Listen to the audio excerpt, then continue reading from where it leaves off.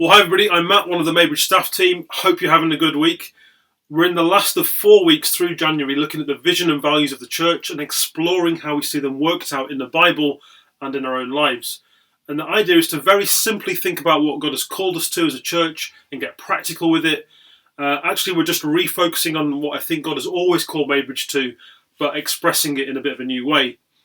Our vision is that we want to build a vibrant church community that relentlessly follows Jesus and extravagantly shares the goodness of God. That's our vision. That's what we want to be doing. But alongside that, we have some values. You could say the sort of the DNA of the church. And those 4 things are: we do life together, we get stuck in, we're here for you, and we're all about Jesus. And today is the last one, and it's the most important. It's the reason for the other 3. It's the focus we have today. What does being all about Jesus mean? It means that Jesus is at the heart of everything we do. We draw on various Christian traditions as we deepen our relationship with him. We prayerfully follow where he leads us. We passionately communicate why he's good news for everybody. But why? Aren't we a bit too obsessed with following Jesus, making everything about Jesus? Why would we do that? Why not just say that Jesus is one of a number of things that we're into? Well, today I want to look at just one passage of the Bible. It's in the New Testament letter to the Colossians, the church in Colossae, the ancient city of Colossae. It's a book that says loads about Jesus. And the author, Paul, was a theological genius. But not only was he very clever, he was very passionate about God and passionate about people. And in this very short passage we're going to look at, he says 10 things, yeah, that's right, 10 things about Jesus, which are all reasons why he made the authentic Jesus the number one thing in his own life, and why we should both do so too, both personally and as a church. Here's what it says. This is Colossians 1, verses 15 to 20. The Son is the image of the invisible God, the firstborn over all creation. For in him all things were created, things in heaven and on earth, visible and invisible, whether thrones or powers or rulers or authorities, all things have been created through him and for him. He is before all things, and in him all things hold together. And he's the head of the body, the church. He is the beginning and the firstborn from among the dead, so that in everything he might have the supremacy. For God was pleased to have all his fullness dwell in him, and through him to reconcile to himself all things, whether things on earth or things in heaven, by making peace through his blood shed on the cross. So here we are, 10 things about Jesus from this passage. Every one of them is very relevant today and for every day. First thing, he's the Son of God. The first thing that the passage does is describe Jesus as the Son. And for a lot of people, this is a weird one. Is Jesus supposed to be God or the Son of God? Well, the simple answer is, he's both. Good to clear that up. Jesus is not the Son of God in the way that I'm the son of my dad. I'm the son of my dad, obviously because he was there first, and he and my mum created a baby, which was me. That's not how it is with God. But the Bible uses language we understand to describe the type of relationship Jesus, who is God, has with the Father, who is God. It's not that Jesus is the biological son of God the Father. It's more describing the internal relationships of God, who is mysteriously one person, yet 3 distinct persons at the same time. It's very hard to understand. And 2 of those distinct persons have a relationship that is very much like how we would think of a good father-son relationship. That's our nearest human equivalent. A good father-son relationship is one where, of course, there is love that doesn't end. And neither is more valuable than the other, but the son chooses to take on the role of submission within that relationship. Not because he's inferior, but out of love. And that's mirrored in humanity. I am not less valuable than my dad, and my son is not less valuable than me. But there is a sense in which each person submits to the wishes of their parent, even as grown-ups. I know not all families work like this, but I'm sure we know of families where that is how it works, where that is the case. Jesus the Son submits to God the Father in their eternal relationship. Doesn't mean the Father bosses him around. That's not what submission actually means. It means the Son chooses, it's his choice, to put the Father's desires above his own. And the Father chooses to allow him to do this, but it's all seated in mutual love, where both parties do everything for the praise of the other, always have and always will. And so Jesus is the Son of God in a sense that's different from a human son and father, but with certain ways that are very similar to a human son and father. This is interesting theology, But it's also at the heart of many people's questions about God and all the big issues of life. Throughout history, many people have presumed to tell us how to live or what God is like, from religious teachers to ethicists, politicians, even rock stars. But if Jesus really is the Son of God, all the arguments are done with because he's the one with the keys to life. It's as simple as that. Being the Son of God beats any amount of thinking, reading, album sales. But it's not just about who's got the best credentials. It means the way we understand the central things about reality, about our nature, about our purpose, what it means to flourish as a person. It's all found in him. And that leads to the second thing. He's the image of the invisible God. God is invisible to us. There's a few passages back in the Old Testament that explain that God is so glorious and majestic. He's too much for us to look at. He's not accessible to us. He's painted in a way that suggests we couldn't even be in the same space as him and live. But the word used here for invisible also implies something else. He's also unknowable. We're down here, limited in so many ways, flesh and blood. God is up there. He's cosmic and enormous, and not like anything in our tiny frame of reference. And yet in one of the Gospels, the account of his life, Jesus says what at the time would have been this incredibly blasphemous thing. He says, if you've seen me, you've seen the Father.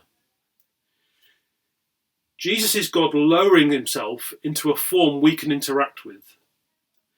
The Greek word that the Colossians used for image doesn't mean that Jesus is a sort of photocopy of God or a clone. It's a word, icon, that means the inner core or essence of that thing. To say that Jesus is the image of God means that in him we see the inner nature, the very being of God. In Jewish thinking, there was a big emphasis on the idea of wisdom. They sometimes thought of wisdom as even some sort of thing that existed alongside God, as almost a divine power in itself. In Greek philosophical thought, people had the idea of something called the logos, the word or the reason of God, which made the universe rational and sustained it. In this line, when it says that Jesus is the icon of God, it brings together all the ideas of wisdom the Jews dreamed of and all the rationality and reasoning the Greeks dreamed of and says it's all in him. It's all in him. The active essence of the divine is not some impersonal philosophy, not some secret knowledge for the super clever. It's this person, Jesus. If that all sounds a bit intellectual, there's another significance to the word icon. It was also used by everyday people who didn't think about philosophy and so on. It was used to mean a description or portrait of somebody, especially in maybe a legal contract. And so this is also saying Jesus is the portrait of God. In him you see all the characteristics and features of God. It doesn't need to be complicated. Just look at him. And so this is incredible news. Wonder what God is like? See Jesus. He's not a cheap copy of God. He's God made visible and knowable. Everything about his life screams, God is now knowable. Through what he is and does, God is knowable. Third thing, he's the firstborn over creation. This is the first of a few things the passage says about Jesus and creation. And at first glance, it sounds a bit weird. It sounds like it's saying Jesus is just like everybody else. He's just a bit older because he was born first. That's not what it's saying. The idea of being firstborn was significant in a lot of ancient cultures and sometimes in cultures today. But it's not about being born first. It's about having first position. So this is more about saying that Jesus has first position over creation. He's number one when it comes to creation. Some people have argued that this verse is saying Jesus was created before everything else, but he was still created. But that doesn't make sense because the rest of the passage says the opposite. And because it uses the word firstborn, not first created. The Greek word for firstborn is prototokos. If Jesus were the first created, it would have used a different word, protoktisis. It's saying something else. The reason it uses the word firstborn is probably that it ties together two things. Firstly, Jesus is above creation in timing, he's before it. And secondly, he's above creation in power. He's powerful over it. Think about this. You may have considered this before, you may not. This is saying that before creation itself, Jesus was present. Which makes a lot of sense if he's God. But Jesus, who walked the earth, who became a baby, who spoke to the lowest of the low, is also the God who was present before the creation of everything that we know. This is incredibly reassuring if you think about everyday life. Virtually every other explanation of reality, whether it's ancient myths or modern materialism, pretty much ends up with saying we're here by accident. And if you're here by accident, nothing really matters much when you come down to it. That would be sad, but objectively that would make sense. But the point here is that Jesus, the same Jesus who worked as a carpenter and ate meals with everyday people and went to weddings and funerals, was there at the beginning of creation and has been personally invested in it ever since. That means your existence and my existence are not an accident. We were intended to happen. Everything that we personally bump into in life, from pandemics to presidents, is no surprise to him, and it's not outside his power or his purpose. It's incredible. Which brings us to 4. Things were created in him and for him. Not only was Jesus present at creation, he was involved in making it happen. You could say he was the architect. Take something tiny like a human chromosome. Each one in your body contains 20 billion bits of information. Jesus was the architect. Or take something huge. The rings of Saturn are 500 million miles in circumference and only a foot thick. Jesus was the architect. Stuff in the universe works, and it works in harmony from microscopic biology to cosmic scale physics because he designed it to do so. But more than that, creation was made for Jesus. The goal of creation is to glorify him, in other words, to point to him, to throw light on him, to show how great he is. Just as planets and stars and nations and oceans were made for him, so was each person. And as life goes by, it's very easy for us to get fixed on the day-to-day of work and washing and cooking and whatever else we have on, all the trivial stuff. But you were made, even in the things that feel trivial, and maybe in a lockdown you feel like nothing you're doing is valuable potentially. All of it, you were made in such a way that your daily trivialities and your small gifts and talents find majestic purpose and meaning because they're placed here as a chance to glorify Jesus. You were made by him, for him. There is no place for hopelessness in anything that he created. 5th, he is before all things, and things hold together in him. This is similar to what it said earlier about Jesus being firstborn over creation, but it hammers home he's not part of creation. He's creator, not created. Jesus was there at creation, and he's the end goal of creation, but in between times, he holds it together. This is a strong statement. Some people believe in what's called deism. Deism is the idea that God exists, but he's sort of like an absent dad. He's distant and he doesn't get involved with the day-to-day affairs of the world. Unfortunately, a lot of Christians act like deists, like everything that God has done or will ever do was ages ago and now we just read about it. And this reminds us that that's not true. Let's put it like this. The creation that we live in, from every cell to every galaxy, continues to exist in every single moment only because God himself wills it to do so. One scholar put it like this. Every law of science and of nature is in fact an expression of the thought of God. It is by these laws and therefore by the mind of God that the universe hangs together and does not disintegrate in chaos. This is saying yet another one of those shocking things the Bible says that challenge how we see the world. You and I are more dependent on Jesus for our continued existence than we are on oxygen or water or shelter, whether we believe in him or not. And it completely undermines any arrogance or self-dependence that we might have about life. But think about this. Even when you're at your absolute worst, he still deliberately chooses to maintain your existence. Reading between the lines, it seems that some of the church in Colossae had started to believe that there was a number of divine powers that sort of between them had power over creation. Now imagine if that was true. Imagine the uncertainty. No, it's all held together by the most trustworthy person there is, trustworthy in his character and trustworthy in his ability to oversee everything that we know. 6th thing, he's the head of the body, the church. This moves on from talking about Jesus and creation to talking about him and the church. In other words, how he relates to people that follow him. There's a few occasions in the Bible where the church is described using the picture of a body, and Jesus is always the head, the place of direction and decision making. This was an important reminder for the Christians who originally read this, and they'd started to put Jesus alongside some other things, and they'd started to think that being a proper Christian meant you needed some special extra secret knowledge. And this says no, and no again. Everyone in the church comes underneath him. There is no secret knowledge outside him. It's all about staying connected to him and getting to know him better as the head of the body. Brought into today, I'm so glad that Jesus is the real head of Maybridge Community Church, not me or anybody else, because I certainly don't have all the answers. If I'm steering the ship, we are in big trouble. But most problems churches have, I think, come when we forget about this. We live in a culture that is so consumeristic. We all get pulled into it. It's like a fish that doesn't know it's in water because it doesn't know anything else. And so we all end up approaching church like it's a product. We make ourselves the head and we say, well, I think it should be like this. And people should do that. And I want this song to be used. And I want this number of emails in my inbox every week. And I think children's work should be like this. And there's nothing wrong with having opinions. But we so easily slip into developing these opinions with totally the wrong foundation. If we actually believe that Jesus is the head of the church, how much would our way of interacting with church be completely different? I love Maybridge, and I think so many of us are doing a great job of connecting with each other and maintaining relationships in hard times. But sometimes I hear people say stuff like, I'm not engaging with anything because I don't like Zoom. Or I don't like worship as much when it's online, so I don't bother at all. And I think, are you kidding me? Nobody prefers Zoom to meeting real people, and nobody thinks that worship is more enjoyable when we're not in a room together. But is disengaging from the body that is church really the best option?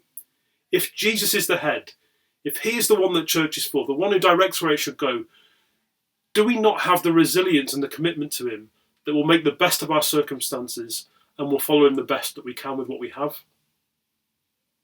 Seventh thing, he's the firstborn of the dead and he's supreme. This is just about the best news you could possibly ever hear. There's that word firstborn again. This time it's saying Jesus takes the firstborn position for everyone who'll rise from the dead. And it's quite a clever way to use the word, because on one hand it reminds us that Jesus is first, but he will not be last to rise again. And secondly, it parallels what came before. Jesus had this firstborn role over creation, and he has this firstborn role in salvation, in rescuing his people. We live in a time when generally death is kept behind closed doors. Unlike most people in history, we don't tend to see a lot of death, unless it's in the final hours of a loved one and we go to their bedside and it's very controlled. Maybe less so at the moment, but in general that's how our society is. And it's historically unusual. But the pandemic has brought death closer again. More people have died in the UK in the last year than normally do, and we don't know what's ahead this year. It's in the news 24/7. And there's very little actually in the news that offers hope. Of course, there's vaccines hopefully coming along, but even they just basically move death to a later date for all of us. But followers of Jesus, as bad as things may get, and they might be terrible right now, always have this to cling to. He's defeated death. He's defeated death. He's the firstborn from among the dead. This should be in the news every day. Before we get the latest COVID stuff, or before we try and work out how long it's been since Boris Johnson had a haircut, the first item should be, Jesus has beaten death. It should be, welcome to the 10 o'clock news. We're live from Jerusalem. The tomb is still empty. We're hearing reports that sin and death have been defeated and there is hope for every person on earth. That should be how the news starts every day. Most of the daily news is bad news, and all of it is less significant than the news that Jesus beat death. If you're struggling, cling on to this. Think about it, pray about it, never be indifferent to it, because there is no bigger or better news ever. And it's the thing that seals Jesus' supremacy in all things. If death could beat Jesus, he would not be supreme in all things. He'd be supreme in all things but one. But he's beaten death. That means that when everything is said and done, Jesus will have victory. He will win. He's supreme in everything. It's the best news. Number 8, the fullness of God dwells in him. Some people read this and think it's saying, God was looking on and he saw Jesus and thought, yeah, you're pretty good. I'll put all of my fullness into you. That's not what it means. The word for fullness was a technical word used to talk about all the attributes of God. Some of the people in the city of Colossae were using this term and saying, well, the fullness of God maybe it's been spread across different people in history at different times. And this put the brakes on that idea, because the word for dwell is the key one. It's the word you would use for a permanent dwelling, and there was a different word for a temporary dwelling. And this is really important for us. Back in the Old Testament, God, who you remember was distant and unknowable, was worshipped only really at the temple in Jerusalem. That's where you went to get close to him. You needed a building. But the fullness of God is in Jesus. Buildings are really useful resources, but they're just that. They're a resource. I can't wait till we can gather again as church in a building. There's great joy and meaning in that. But the point is, the fullness of God was never in a church building or a school building where we meet sometimes. It's in him. And that means God is just as accessible now as he was before the pandemic. and will be afterwards too, through Jesus. You may not feel like you've experienced that for a while, and there are seasons where that happens, but he's definitely still there, and he's accessible, building or not. Because, number 9, God reconciles through him. This is more unbelievably brilliant news. It should be on TV every day. God is reconciling all things to himself. It doesn't just say humanity, it says all things, meaning all the rest of creation, and that's because our sin, our wrongdoing, doesn't just affect ourselves and other people, it affects everything. The whole lot needs reconciling. The direction of travel is all one way, though. God has never stopped loving us or loving what he created. He doesn't need reconciling to us in that sense. We need reconciling to him. We're the problem. And even though we're the problem, he fixes it. It's still him that takes the initiative to fix it through Jesus. There's no plan B, because there doesn't need to be. Nobody else could reconcile us to God except God. And people get offended, even long-time Christians get offended by the idea that they need reconciling to God. But elsewhere in the Bible it says this phrase, the wages of sin is death. The wages of sin is death. In other words, we earned that. It's our wages. We've worked hard for it. We've earned death. We've made ourselves God's enemies. That's hard to hear. We tend to think, well, I'm a pretty good person. And compared to other people, you might well be, sure, but not compared to God. The problem is we get so stuck on that it offends us, and then we miss what's happening. In Jesus, who we've just seen through all those other things, is incredible. In Jesus, God turns enemy into family. It's not that he turns an acquaintance into a friend. He turns enemy into family. There's a huge gap to make up for that reconciliation, and he did it. How? Last thing, number 10. His blood makes peace. I think this is just wonderful. The passage has all this lofty, majestic language about Jesus. It makes it clear that he's supreme in all ways. And then it boils it down to how God reconciles himself to humanity, and it means he's willing to be nailed to a cross. He's the creator of all things, but here he is, making puddles on the ground out of his own blood. He's the sustainer, but he lets himself be neglected. He's the head, but he lets his own body be broken. He lets creation destroy him. He's over all things, but he makes himself nothing. He reconciles us by letting us trample on him. This is the thing. This is what we need, what we always needed for peace between us and our Creator, and it had to be Jesus. The person who took on the sin of humanity needed to be human. It needed to be someone who was one of us, a representative. The person who took on the sin of humanity also needed to be God. Nobody else is valuable enough or strong enough or loving enough to take it all on. There was only one person who could have done it, and only one who did. And this is why, as a church, we are all about Jesus, and why what happened on the cross is the heart of our faith. He subbed in for all of us, because God loves us too much to leave us alone in our mess. So those were 10 things about Jesus. Across those 10 things, we learn about Jesus' relationship with his Father, with his creation, and with his people on earth. And the picture it paints is rich. He's the pre-exister.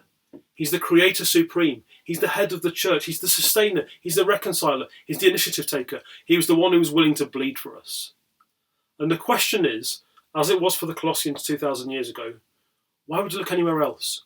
Why would you try to add anything in? Why would you worship anything or anyone else?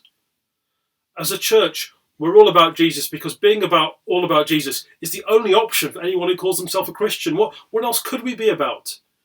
And so we put Jesus first in our thinking, in our money, our identity, our family, our businesses.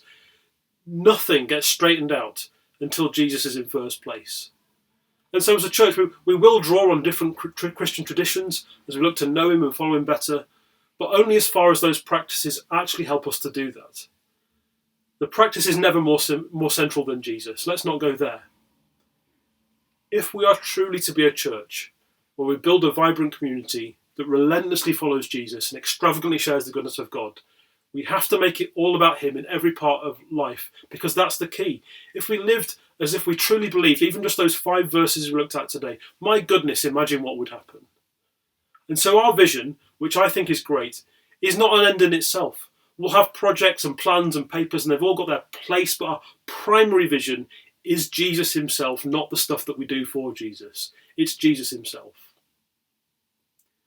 So let's pray. And to do that, I want to pray through some words I found by the hymn writer John Fawcett, and I just think they fit this really nicely. So let me pray as I close. A fullness resides in Jesus our head, and ever abides to answer our need. The Father's good pleasure has laid up in store a plentiful treasure to give to the poor. Whatever be our wants, we need not to fear. Our numerous complaints his mercy will hear. His fullness shall yield us abundant supplies. His power shall shield us when dangers arise. The fountain are ours our woes to redress. Still more he bestows on grace upon grace. His gifts in abundance we daily receive. Rich treasures in plenty for all that believe. Whatever distress awaits us below, such plentiful grace will Jesus bestow. And still shall support us and silence our fear, for nothing can hurt us while Jesus is near. When troubles attend, or dangers or strife, his love will defend and guard us through life. And when we are fainting and ready to die, whatever is wanting, his hand will supply. Amen.